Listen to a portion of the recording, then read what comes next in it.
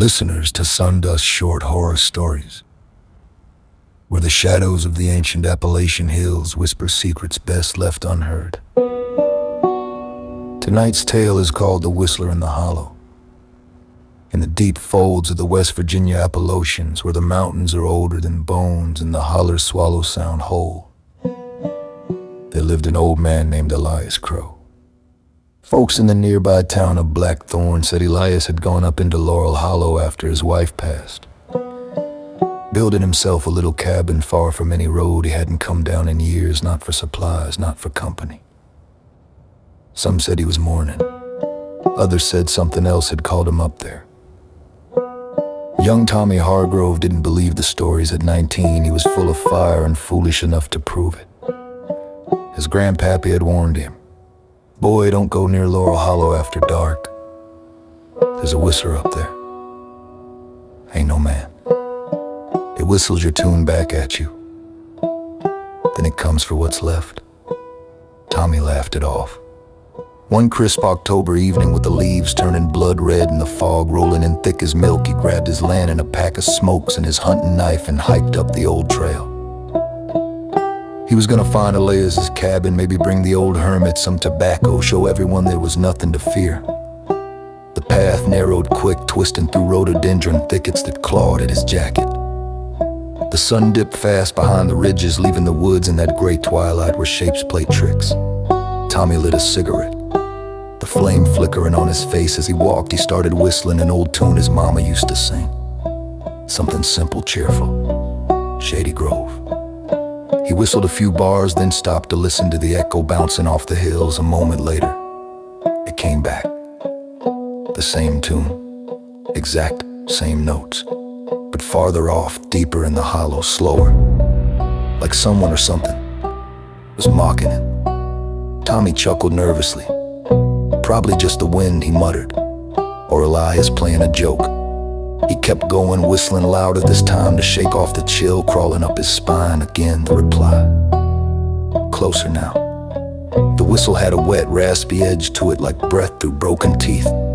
Tommy's steps quickened. The fog thickened, swallowing the trail behind him. He couldn't see more than 10 feet ahead. He tried a different tune, something fast, rocky top, whistled it sharp and defiant. The answer came immediate. Same song. But now it was right behind him, almost on his heels, and it wasn't alone. There was a second whistle, harmonizing low, off-key. Tommy ran. Branches whipped his face as he crashed through the underbrush. His lantern swung wild, casting mad shadows. He could hear footsteps now, heavy, deliberate, crunching leaves just out of sight. He burst into a clearing, and there it was, Elias's cabin, sagging roof, boarded windows, door hanging open like a screaming mouth. Tommy dove inside, slamming the door and barricading it with an old chair. Heart pounding, he fumbled for matches, lit a candle stub on the table. The place was a wreck, dust thick as fur, cobwebs draping like veils on the floor, scratched deep into the wood planks, words over and over. "It whistles back, don't Hines?" Tommy's blood went cold outside. The whistling started again. His mama's tune. Perfect pitch, circling the cabin.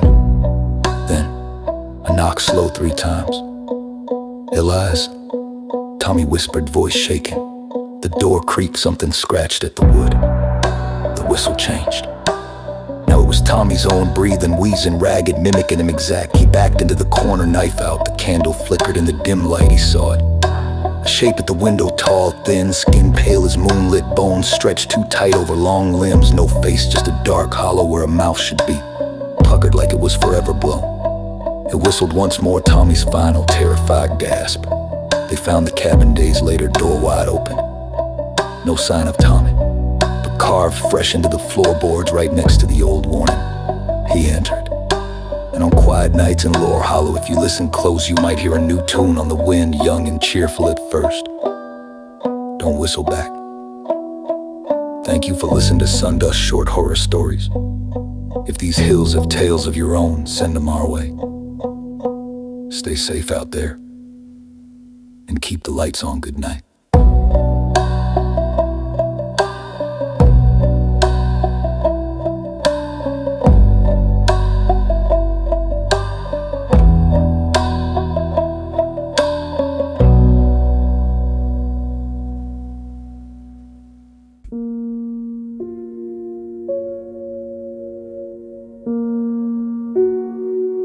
Welcome back to Sundust Short Horror Stories, the late-night pulse where forgotten family tales rise from the grave. I'm your host, bringing you chills drawn straight from real lives, the kind of stories whispered across generations when the lights are low and the house is quiet. In the old days, death came home, no sterile funeral parlors with soft lighting and hushed employees. In rural families, when someone passed, the body stayed with the living. The wake was held in the parlor or bedroom neighbors filed through, and the deceased lay in an open casket right there among the familiar walls. For children especially, it could be unsettling. Tonight's story was shared with me by a man who heard it firsthand from his great-grandfather, a memory so vivid it changed the old man's life forever. He simply called it, "Aunt June is dead." I'm one of the few lucky ones who actually got to meet my great-grandfather. He was already in his 80s when I was 7. One afternoon, my parents took me to visit him at his house where he lived with family because diabetes and old injuries had left him frail and mostly bedbound. While the adults talked in the kitchen, I wandered into his room. We sat together for a long while, just the two of us. That's when he told me a story that froze the blood in my 7-year-old veins. When he was about my age, just a little boy, he had a young aunt named June. She died suddenly at only 33. Back then, out in the country, funeral homes were rare. Custom was to bring the body home, so that's what they did. They washed and dressed Aunt June, laid her out in her best dress on the bed in the spare room, and planned the burial for the following day.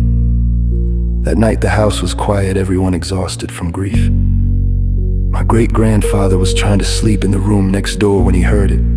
A soft knocking on the thin wall that separated his bedroom from hers. He got up, curious, and padded down the hall. When he pushed open the door, his heart nearly stopped. He'd forgotten Aunt June was lying in there, pale and still.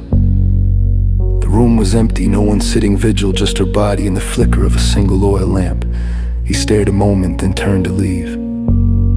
That's when the second knock came, clear, deliberate. He spun around. Aunt June's eyes, which had been peacefully closed, were now wide open, staring straight at him. He bolted from the room, ran to his parents, and breathlessly told them what he'd seen. They soothed him, said it was just the shock of having a deceased person in the house, that little boys sometimes imagine things. Too tired to argue, he went back to bed. Later that night, the knocking started again, steady, insistent. Terrified, he pulled the covers over his head, trembling, but the knocks kept coming. Finally, he jumped up and raced back to the room, heart hammering. There she was, still and cold, but her eyes wide open again, fixed on the doorway where he stood. He screamed and fled to his parents a second time. This time they believed he'd had a nightmare. To calm him, they let him crawl into bed with them for the rest of the night. Aunt June was buried the next evening under a gray winter sky. My great-grandfather never understood what happened. He swore every word was true. The knocking, the eyes, all of it. And from that day forward, he refused to attend another wake or funeral for the rest of his long life.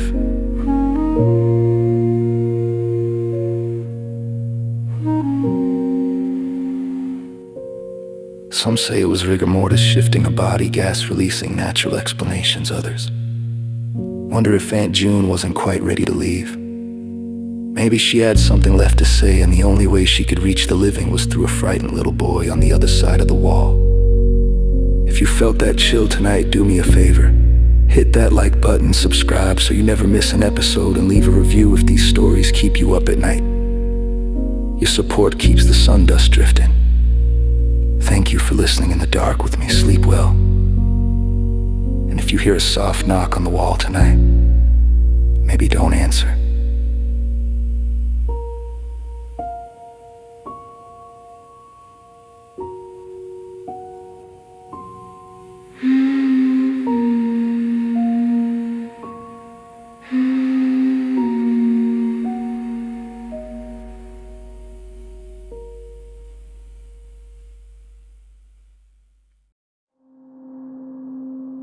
Welcome back to Sundust Short Horror Stories, the podcast where your real life brushes with the unknown come to life in the dark.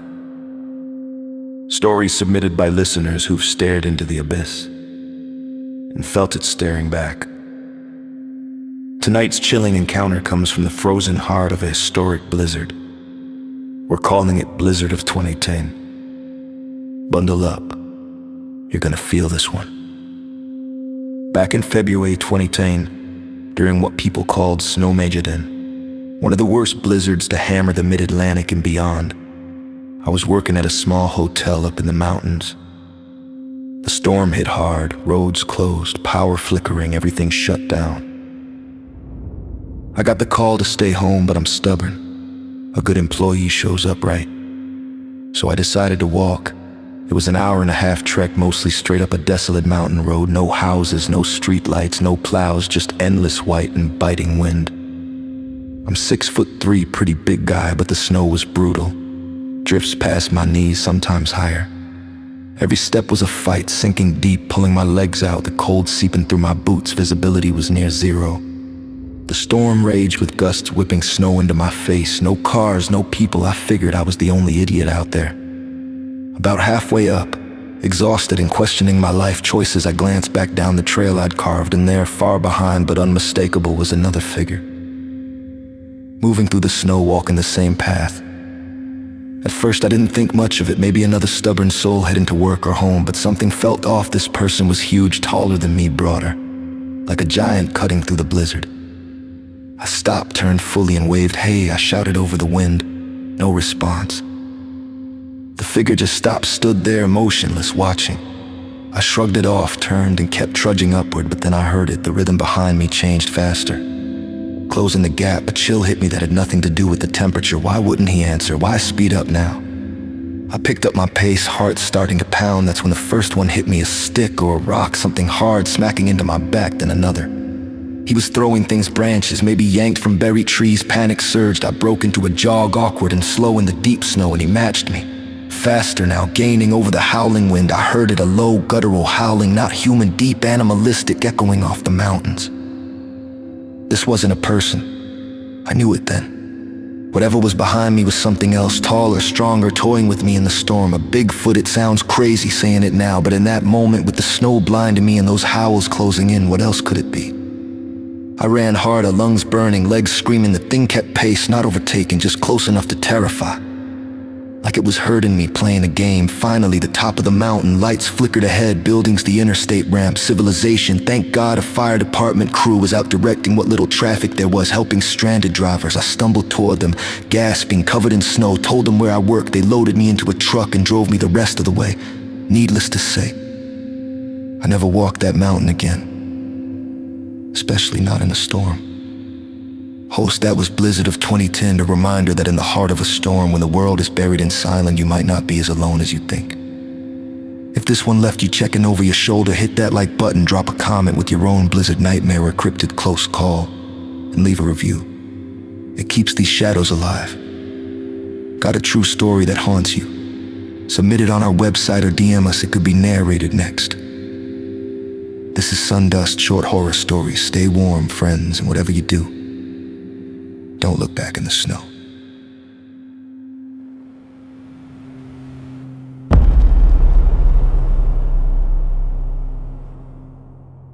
Welcome back, trail wanderers, to Sundust Short Horror Stories, where the woods hold secrets.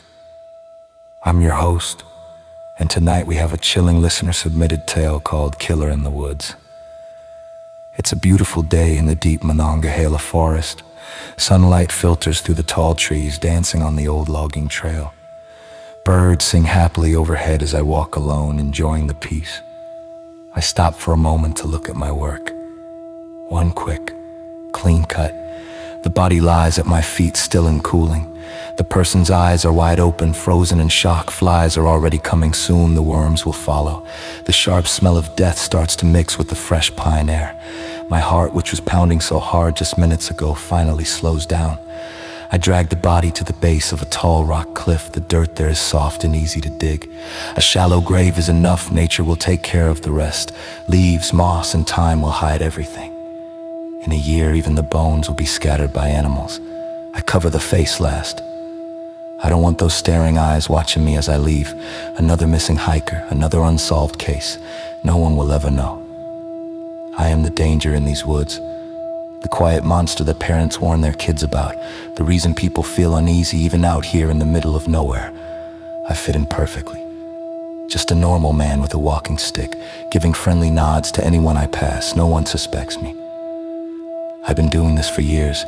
Seasons come and go, people disappear, stories and legends grow, and I keep walking these same trails, breathing the clean air, listening to the birds. Today was like any other day. I saw a young woman hiking alone, mid-20s, earbuds in, not paying much attention. She smiled and stopped when I asked for directions. It was easy, quick, the same as always. Now I finish covering the shallow grave. I stand up and wipe my knife clean on some soft moss, then I hear it. Footsteps behind me, slow, calm, not trying to hide. I turn around fast, knife ready in my hand. There, about 10 yards away, stands a man. He's my height, my build. He's wearing the same kind of weather jacket, holding the same kind of walking stick, and he has my face. He smiles, the exact smile I use right before I strike. In his hand is a knife that looks just like mine. Even the little notch on the handle is the same. He tilts his head, looking at me the way I look at my victims. My heart starts pounding again, harder than ever. He takes one slow step toward me. I step back. My boot touches the fresh dirt of the grave, and suddenly everything makes sense. I've never been the hunter. I've always been the one being hunted. Every time I thought I was in control, every rush of power I felt, he was there watching, letting me think I was safe, letting me get just far enough ahead. He's been walking these same trails, hiding in the same beautiful places, waiting for this moment. The birds keep singing above us. Flies start to gather around me as I drop to my knees. He raises the knife in the forest, quiet and uncaring, claims another life. That was Killer in the Woods. A reminder that in nature, no one is ever truly safe. If that story sent a chill down your spine, please subscribe to Sundust Short Horror Stories for a new tale every week, and drop a comment below. Have you ever felt like someone was watching you on a quiet trail? Share your experience, we'd love to hear it. Thanks for listening. Stay safe out there, friends, and keep to the marked paths.